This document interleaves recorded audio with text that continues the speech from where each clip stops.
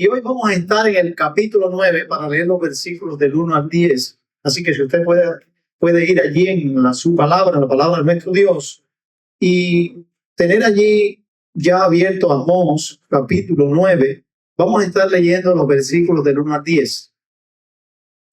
Dice la palabra de nuestro Dios: vi al Señor que estaba sobre el altar y dijo: derriba el capitel y estremezcanse las puertas y haz los pedazos sobre la cabeza de todos. Y al postrero de ellos mataré a espada. No habrá de ellos quien huya ni quien escape. Aunque cavasen hasta el Seol, de allá los tomará mi mano. Y aunque subieren hasta el cielo, de allá los haré descender. Si se escondieren en la cumbre del Carmelo, allí los buscaré y los tomaré. Y aunque se escondieren delante de mis ojos en lo profundo del mar, allí mandaré a la serpiente y los morderá. Y si fueren en cautiverio delante de sus enemigos, allí mandaré la espada y los matará. Y pondré sobre ellos mis ojos para mal y no para bien. El Señor, Jehová de los ejércitos, es el que toca la tierra y se derretirá. Llorarán todos los que en ella moran, y crecerá toda como un río, y mermará luego como el río de Egipto. Él edificó en el cielo sus cámaras y ha establecido su expansión sobre la tierra. Él llama a las aguas del mar y sobre la faz de la tierra las derrama. Jehová es su nombre. Hijos de Israel, ¿no me sois vosotros como hijos de etíopes?, dice Jehová. ¿No hice yo subir a Israel de la tierra de Egipto y a los filisteos de Caftor y de Kir a los arameos? He aquí los ojos de Jehová, el Señor, están contra el reino pecador. Y yo los asolaré de la faz de la tierra, mas no destruiré de todo la casa de Jacob, dice Jehová. Porque aquí yo mandaré y haré que la casa de Israel sea zarandeada entre todas las naciones, como se zarandea el grano en una criba, y no cae un grano en tierra. A espada morirán todos los pecadores de mi pueblo, que dicen: no se acercará ni nos alcanzará el mal. Oramos. Padre, te damos gracias por tu palabra y te pedimos en esta hora que nos ayudes a entenderla y a vivirla. Que tu espíritu que habita en aquellos que tú has redimido haga la obra y nos empuje a vivir con responsabilidad tu palabra. En el nombre de Jesús. Amén. Querida iglesia, ¿saben que existen cosas en este mundo que suceden sí porque sí? Déjenme ponerle algunos ejemplos. El sol emite luz porque sí. No puede hacer otra cosa que dar luz. La tierra rota y se traslada alrededor del sol porque sí. Está allí y lo hace todos los días. Envejecemos. Sí o sí. Y note bien, porque cuando entramos en este pasaje, a la luz de todo lo que hemos estado viendo en el libro de Amós, llegamos a un punto donde de alguna manera esta es la tapa del pomo. Es lo que sella el pomo, es lo que cierra el pomo. También, como decimos por ahí, es la gota que rebosa la copa. Y de alguna manera, de la misma manera que reflexionamos en que el sol emite su luz sí o sí, la tierra gira y rota sí o sí, y envejecemos sí o sí, en ese mismo sentido este pasaje nos muestra algo muy encaminado en esta realidad. Dios juzga el pecado, sí o sí. Dios juzga el pecado, sí o sí.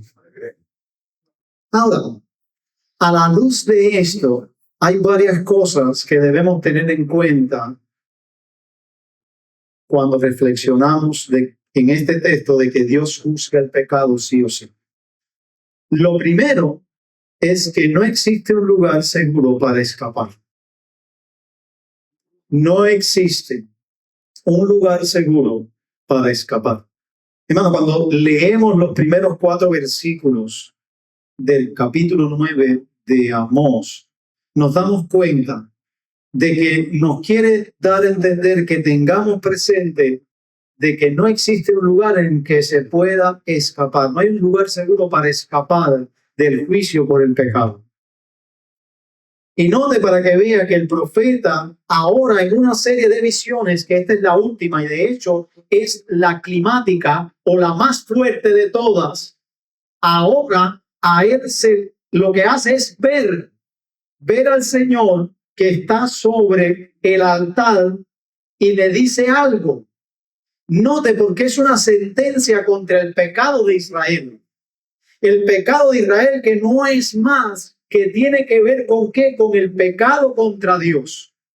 Si algo puede ahora mostrar el profeta una vez más al pueblo, es que el gran pecado de Israel es un pecado que tiene que ver con la lealtad a Dios, que tiene que ver con la confianza en Dios, porque ha mostrado que es un pueblo idólatra y que es un pueblo que se ha olvidado de Dios. Pero lo más interesante es que lo ha hecho haciendo las cosas para Dios.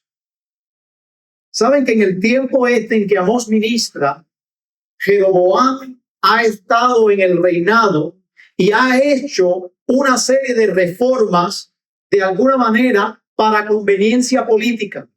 Ha traído becerros, los ha establecido en el norte, ha ensanchado el territorio de Israel, ha tenido poderío militar y ha usado la adoración, el centro de Israel, para fines políticos.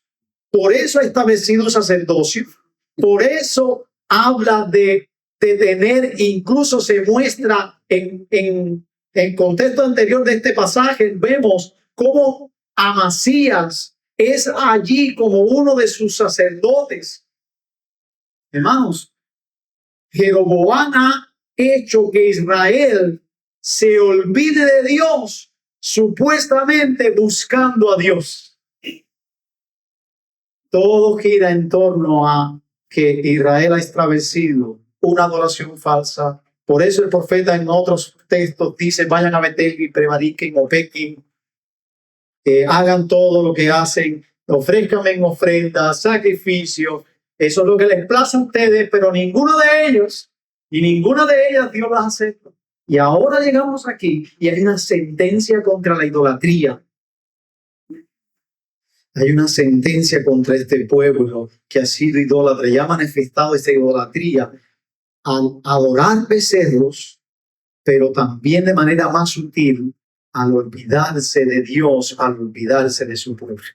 Cuando han maltratado al prójimo, cuando no lo han podido, no le han provisto para sus necesidades, cuando lo han usado para sus propias riquezas. Recuerden en Amós, algo que se repite mucho es que venden al pobre por un par de zapatos, la justicia está carente, no está allí, hacen del mercado un negocio. Y saben, toda esta imagen destruye eso, que los capiteles caigan. La imagen es, destruye ese santuario y que caiga y mate a todo el mundo. Una alusión a que ahora Amós está siendo una especie de juez sobre Israel, como lo hizo Sansón en el tiempo de los jueces, donde destruye las columnas del templo y el templo cae sobre los filisteos. De alguna manera, ahora está trayendo Dios esta imagen para decirle, se van a acabar los enemigos. Ahora Israel es el enemigo de Dios por su idolatría. Y miren ahora qué fuerte ocurre esta destrucción. No hay un lugar seguro donde escapar de este juicio. Noten, no vale la pena huir, no vale la pena refugiarse. El que huye no va a poder y el que escape tampoco. No va a haber. Y lo que nos deja ver claramente para nosotros que estamos leyendo es que es sin escapatoria, es sin salida, es sin refugio. Note las frases de contraste para decirte de estos lugares que para ese tiempo, inclusive para el nuestro, es los lugares más seguros supuestamente. Seol, cielo. Seol, lugar o morada de los muertos, donde supuestamente se creía que al morir uno iba en el Antiguo Testamento y ya reposaba de todos sus deberes y de todas sus cosas. Allí no nos va a coger el Señor. Cielo, lugar también donde, lugar de los dioses, lugar de la morada de Dios y demás, tampoco allí nos van a tocar. De allí no van a poder hacer nada con nosotros.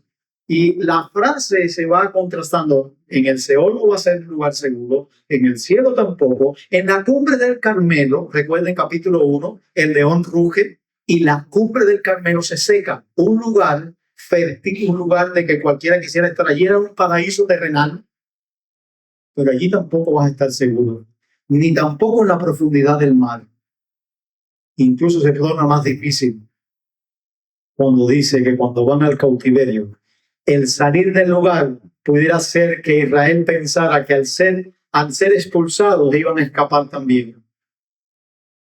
Pero dice que la espada los iba a alcanzar también. Hermanos, el punto es claro. De ese juicio, nadie en Israel se va a escapar. Nadie se va a escapar.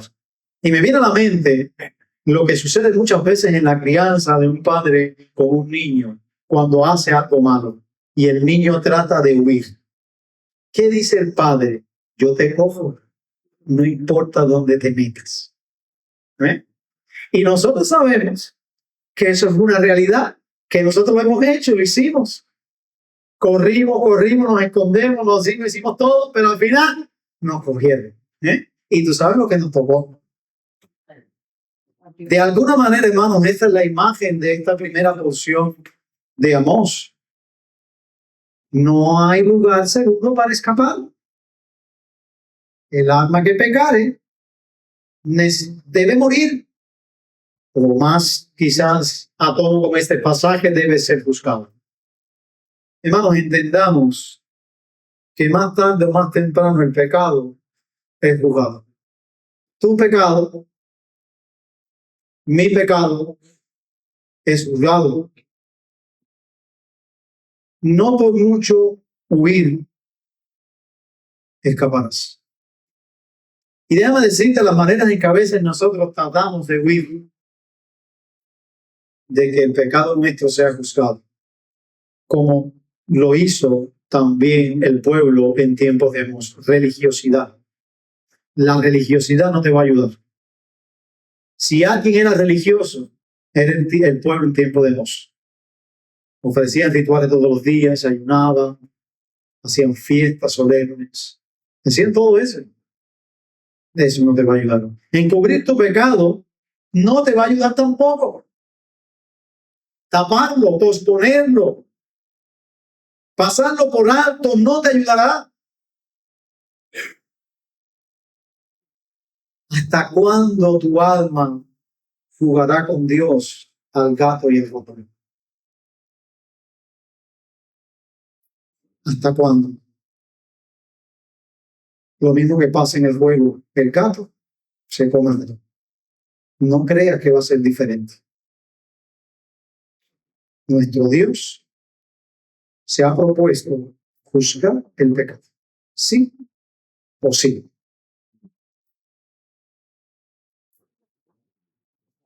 No existe un lugar para Israel que le proteja de Dios.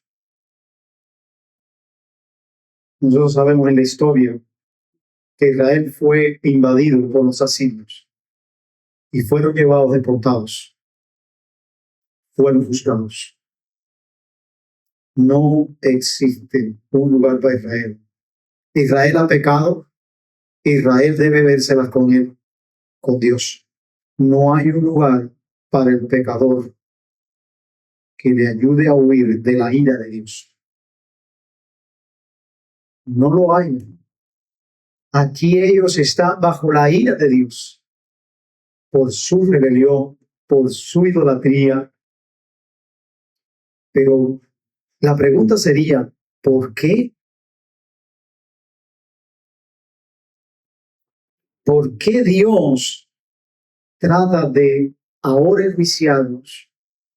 ¿Y cómo eso podemos entonces nosotros ver que Dios mismo se ha determinado juzgar el pecado sí o sí.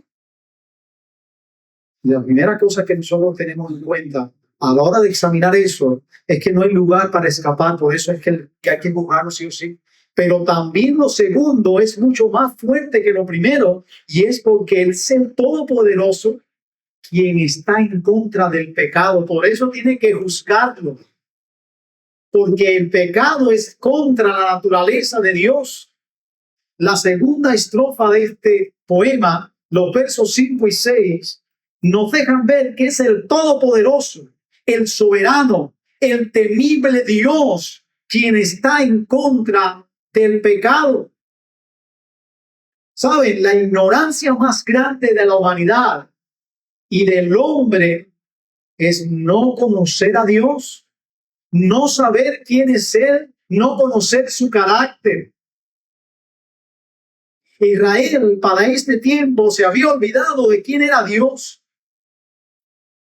Por lo que vemos aquí se presenta como el Todopoderoso, o como dicen sus versiones, el Señor de los ejércitos. Y note para que vean con la idea del Todopoderoso cómo vincula la idea de potencia, de poder, de dominio, de autoridad. Toca la tierra y ésta se derrite. Una imagen clara de poder, pero un poder que excede a nuestra forma de comprensión, pero que va más allá para decirnos, nada puede interponerse a este Dios poderoso.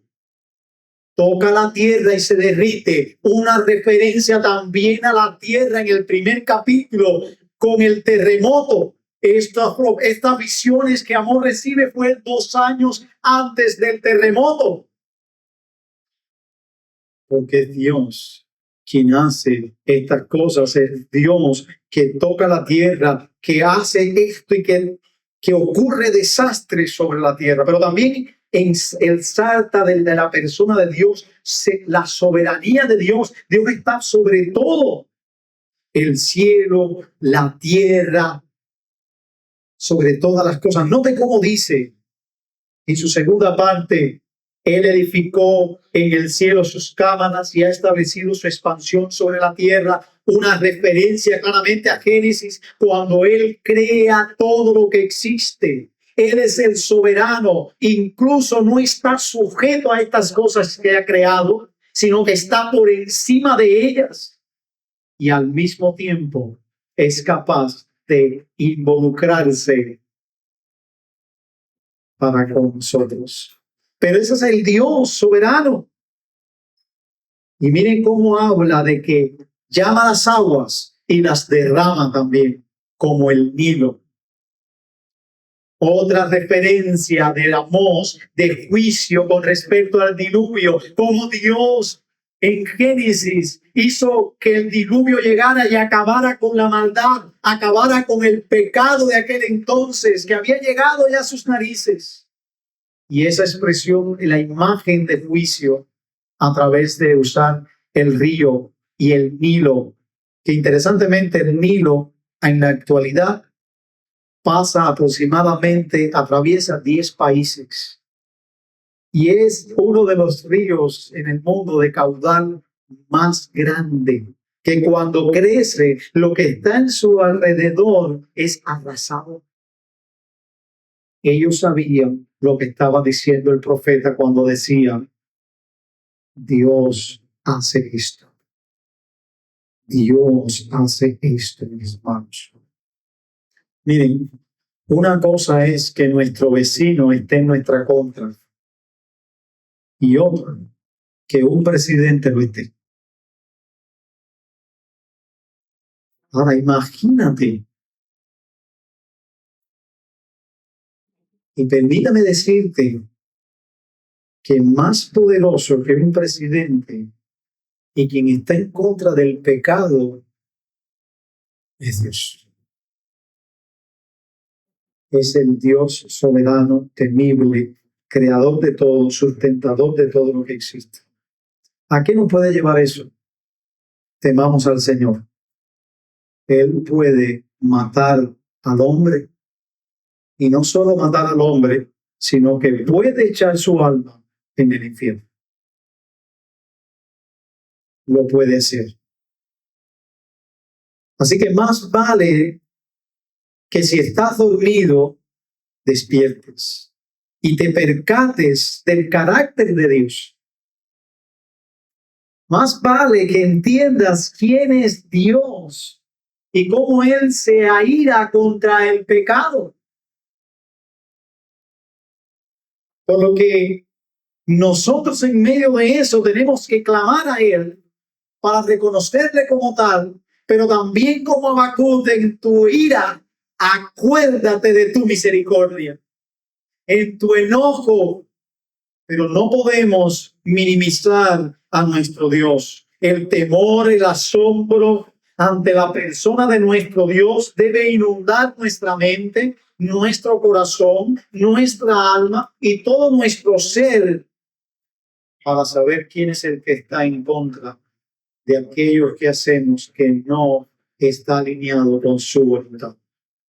Así que si estás pecando y no te ha pasado nada, no creas que Dios no está en tu contra.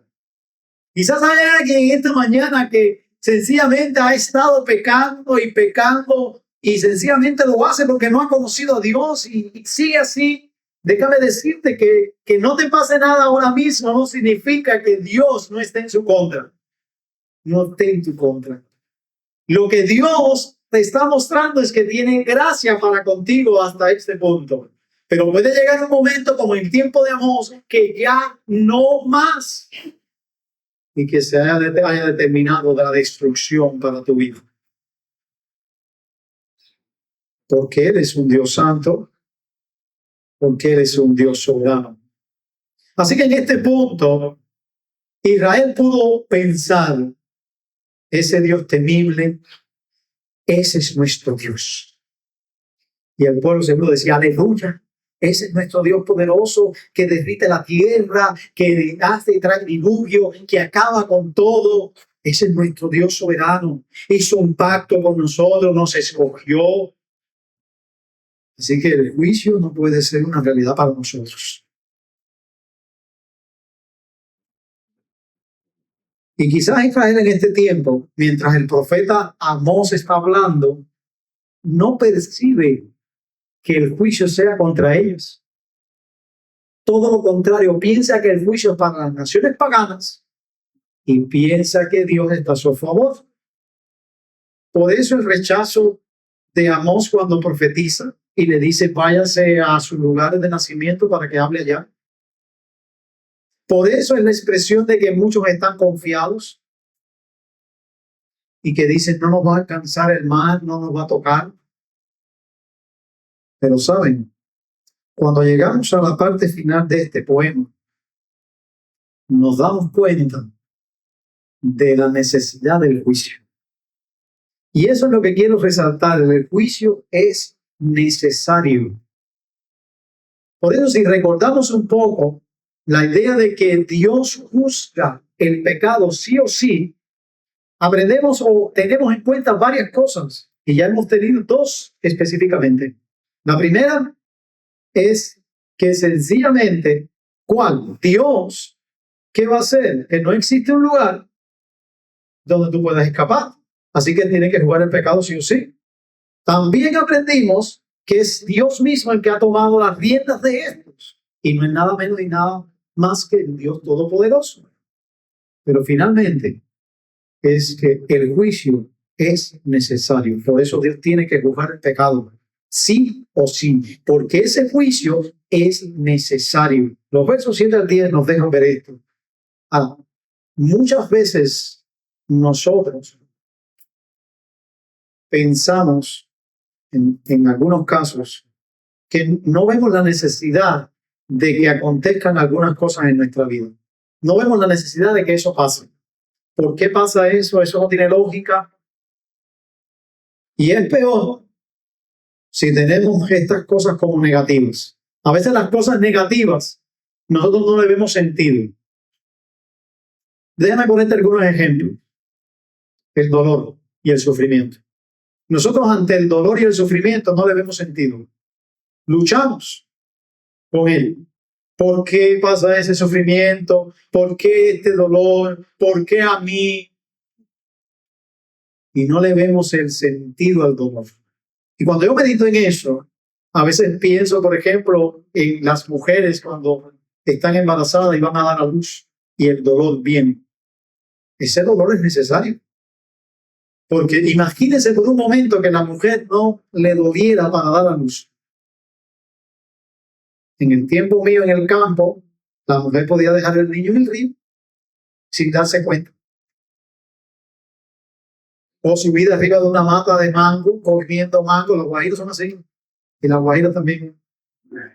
Si ustedes no lo saben, pregúntale a Orlando para que vea a la esposa Alicia que se sube en las matas de mango como quiera. Otra cosa que a veces nosotros no le vemos sentido, los terremotos, los ciclones, los huracanes. Nosotros decimos, no, eso no tiene sentido. Sin embargo, estudios recientes demuestran que los ciclones son necesarios. ¿Lo sabían?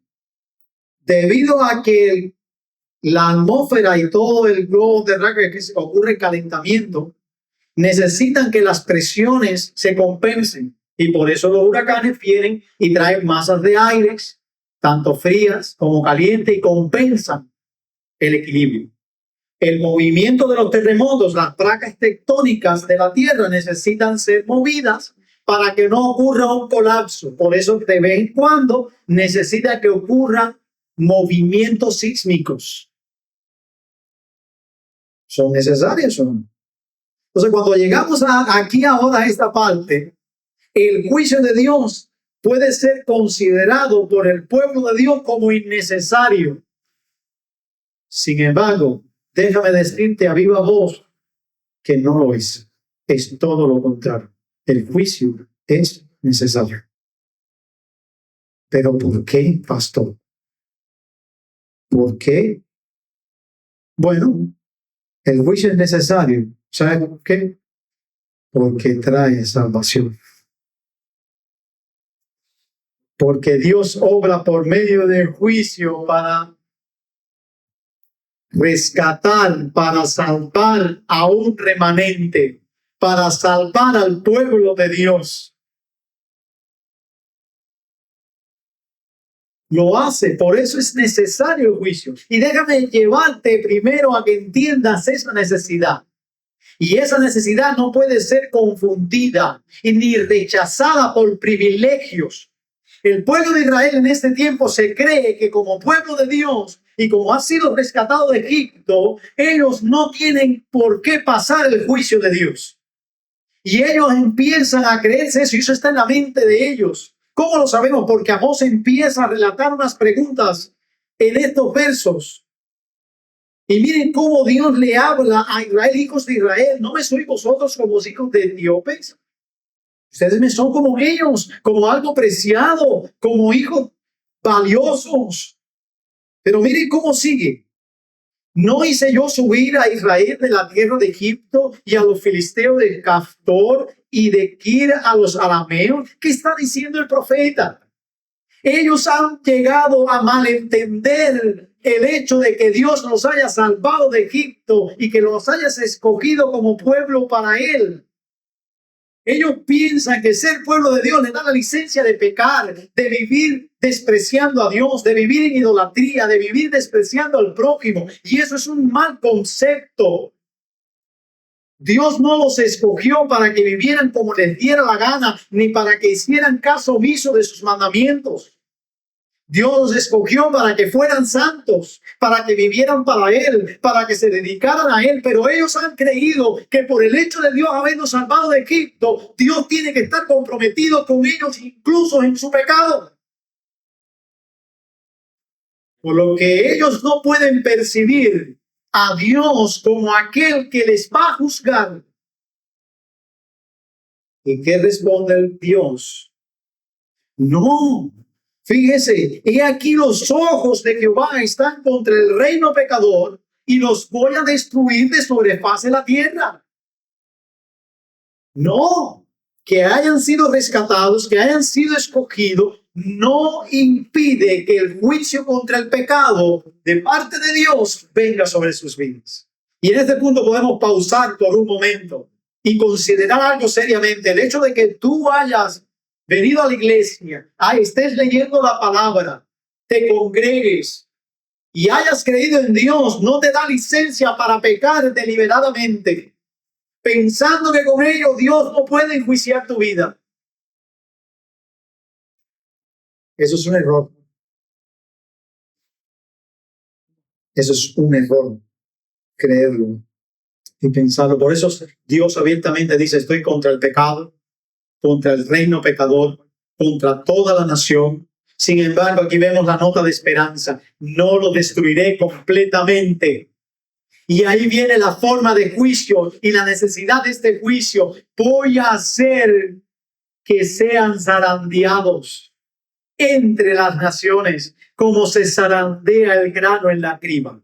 Déjame darte una nota. Una criba viene siendo como una zaranda, lo que comúnmente hoy se usa para cernir lo que sea arena o cualquier otro tipo de grano. Pero déjame que notes algo importante en la criba. La criba, el instrumento de cernir, tenía los orificios del tamaño de un grano de trigo.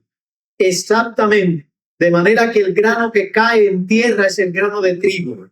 Las piedras, las basuras se quedan en la zaranda, en la periferia de la zaranda, porque la zaranda era en forma circular.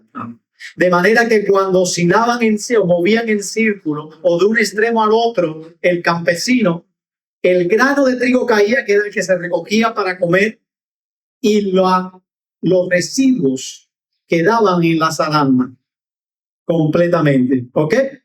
Ahora, quiero que vean lo que sucede aquí y lo que es contrario a lo que debería pasar.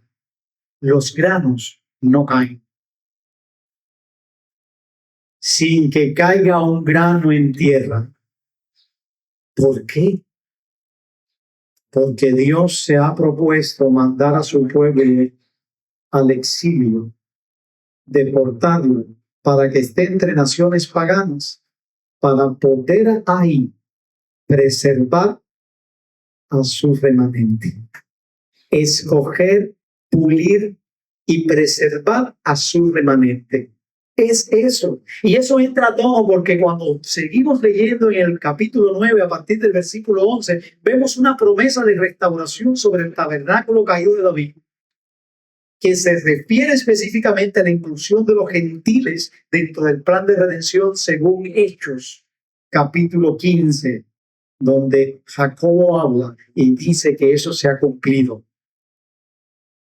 Que restablecer el tabernáculo caído de David no es más que creyentes de todas las naciones han venido a ser pueblo de Dios, han sido zarandeados, han sido pulidos, han sido preservados los que son, y los demás han sido aniquilados. Es eso, mis hermanos, lo que está diciendo el profeta. Por eso es necesario el juicio de Dios. El profeta lo está diciendo y es preservar a su pueblo, su verdadero pueblo. Por eso el juicio es necesario. ¿Saben? Estudiando recientemente acerca del proceso de preservación de la carne con la sal, me di cuenta de que es súper complicado y al mismo tiempo lleva una serie de, vamos a decirle, de pasos. Por ejemplo, 3 de ellos son la deshidratación de la carne, que se hace cuando le echan la sal a la carne para preservarla. La sal empieza a absorber y a quitar toda la humedad de la carne. Eso es un proceso que pasa por tiempo. Después de eso viene la curación o secado, donde también la humedad y el agua empiezan a salir, a eliminar mayor cantidad. Cuando usted lo pone al aire libre, le empieza a dar el aire del día, y entonces también sigue recogiendo la humedad. Y finalmente el almacenamiento. ¿Sabes cuál es el resultado de ese proceso de preservación? Yo no lo sabía hasta que lo estudié. pero me encantó. Más vida a la carne, se dura más, no se echa a perder.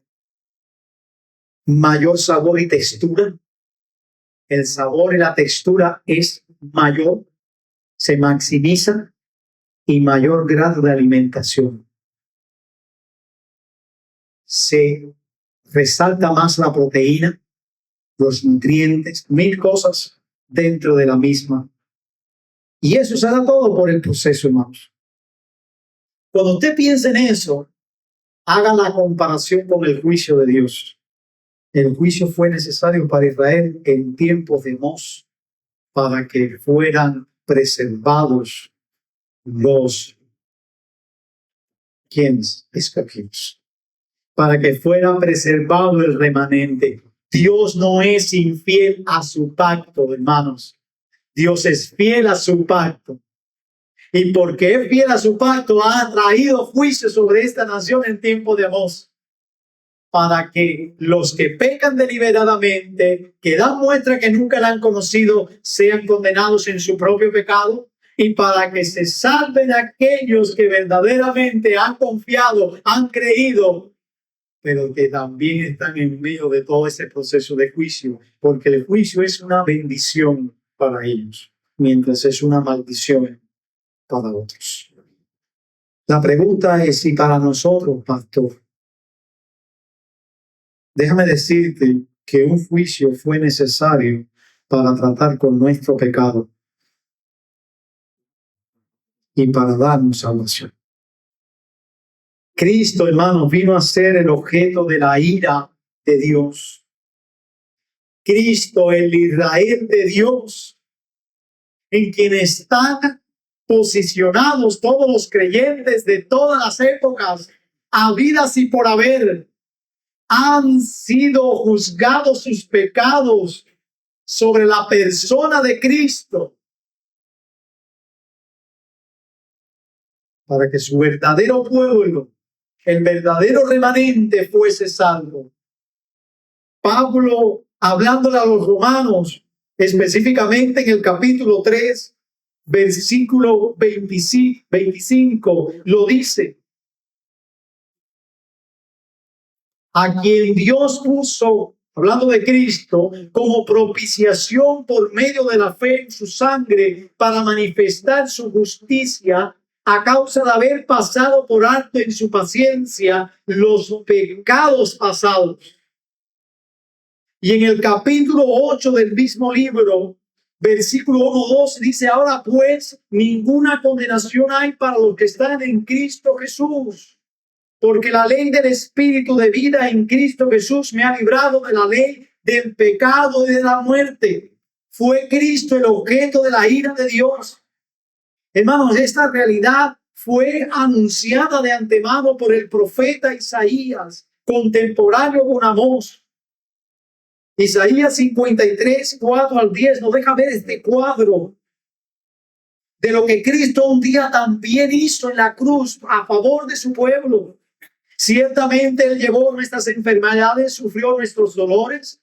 Nosotros le tuvimos por azotado, por herido, mas Él herido fue por nuestras rebeliones, molido por nuestros pecados. El castigo de nuestra paz fue sobre Él y por su llaga fuimos nosotros curados, hermanos. Todos nosotros nos descarriamos como ovejas, cada cual se apartó por su camino, mas Jehová cargó en Él el pecado de todos nosotros.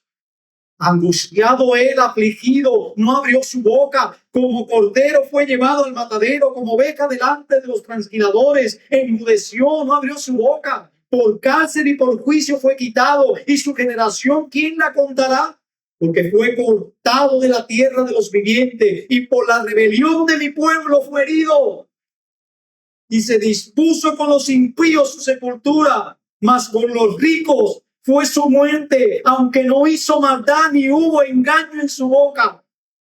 Con todo, hermanos, Jehová quiso quebrantarlo, sujetándolo a padecimiento. Cuando haya puesto su vida en expiación por el pecado, verá linaje, vivirá por largos días, y la voluntad de Jehová será en su mano prosperada. Hermano, eso lo hizo Cristo a favor de tu vida. Por eso Dios tuvo que juzgar el pecado, porque el Dios justo, el Dios santo, no puede hacer otra cosa que no sea juzgar el pecado, porque es consecuente con su carácter.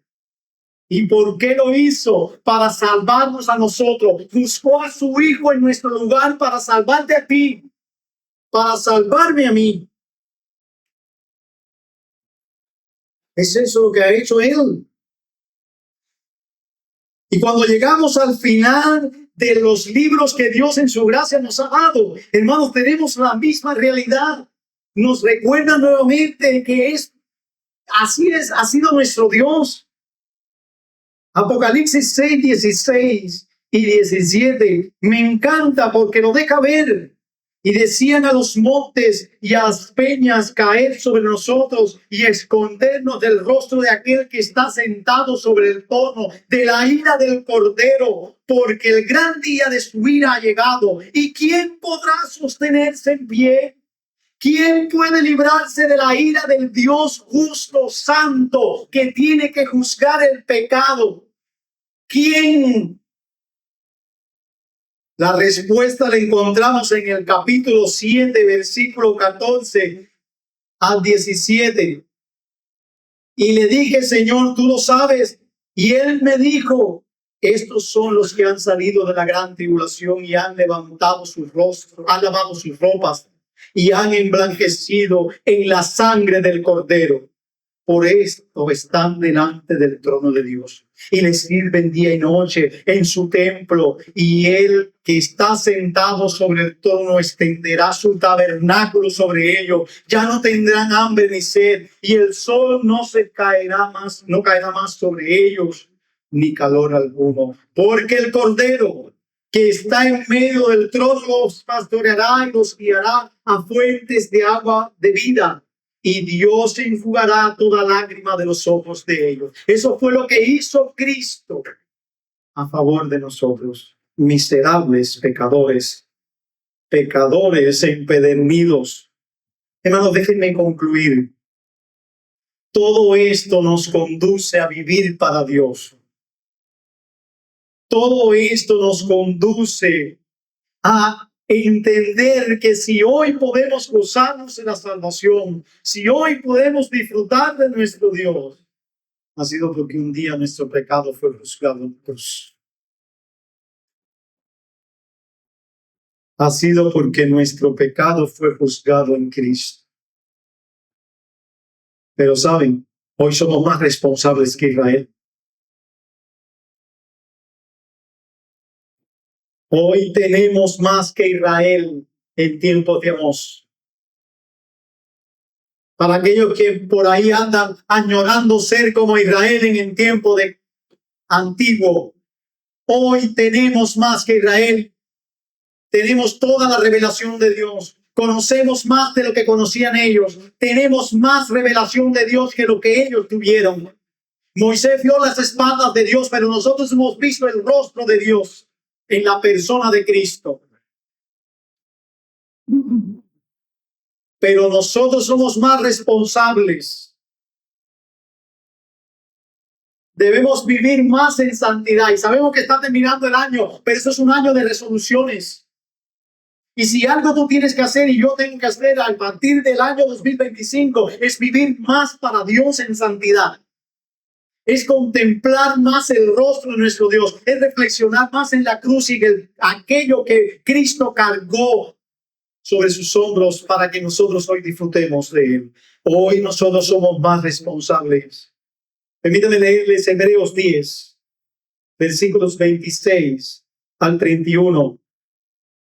Hebreos 10 nos da este incentivo para nuestra vida a la luz de todo lo que hemos dicho.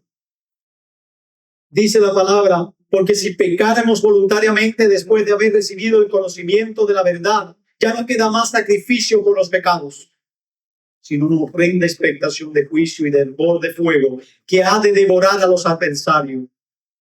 El que viola la ley de Moisés por el testimonio de 2 o 3 testigos muere irreversiblemente. ¿Cuánto mayor castigo pensáis que merecerá el que pisotear el Hijo de Dios y tuviere por inmunda la sangre del pacto, el cual fuese en la cual fue santificada, e hiciere afrenta al Espíritu de gracia. Pues conocemos el que dijo, mía es la venganza, yo daré el pago, dice el Señor, y otra vez, el Señor juzgará a su pueblo. Hermanos, querida iglesia, vive como perdonado, no como pecador empedernido. Ama más a Cristo en este 2025 se avecina, amando a tus hermanos. Reflexiona más en Cristo. Pon tu mente en la cruz. Valora lo que Cristo hizo allí por ti. Entristece tu alma por el dolor que Jesús sufrió por tu pecado en la cruz. Y reflexiona cuánto te perdonó Dios. Este es un año para vivir más para Dios. Pero recuerde siempre que Dios juzga el pecado sí o sí, ya lo ha hecho en Cristo. Por lo que nos da a nosotros más responsabilidad para vivir para Él. Oramos. Señor, estamos delante de tu presencia, humillados, pero al mismo tiempo con un gozo inefable, con un gozo que no podemos describir, porque Cristo murió en nuestro lugar, el Santo de Dios, por el pecador. Señor, qué grandioso es esto. Ayúdanos para vivir todos los días de nuestra vida recordando lo que Jesús hizo por nosotros en la cruz. Tú eres un Dios santo, justo. Y en ti, Señor, es que debemos poner toda nuestra atención. Es en tu persona. En el nombre de Jesús. Amén.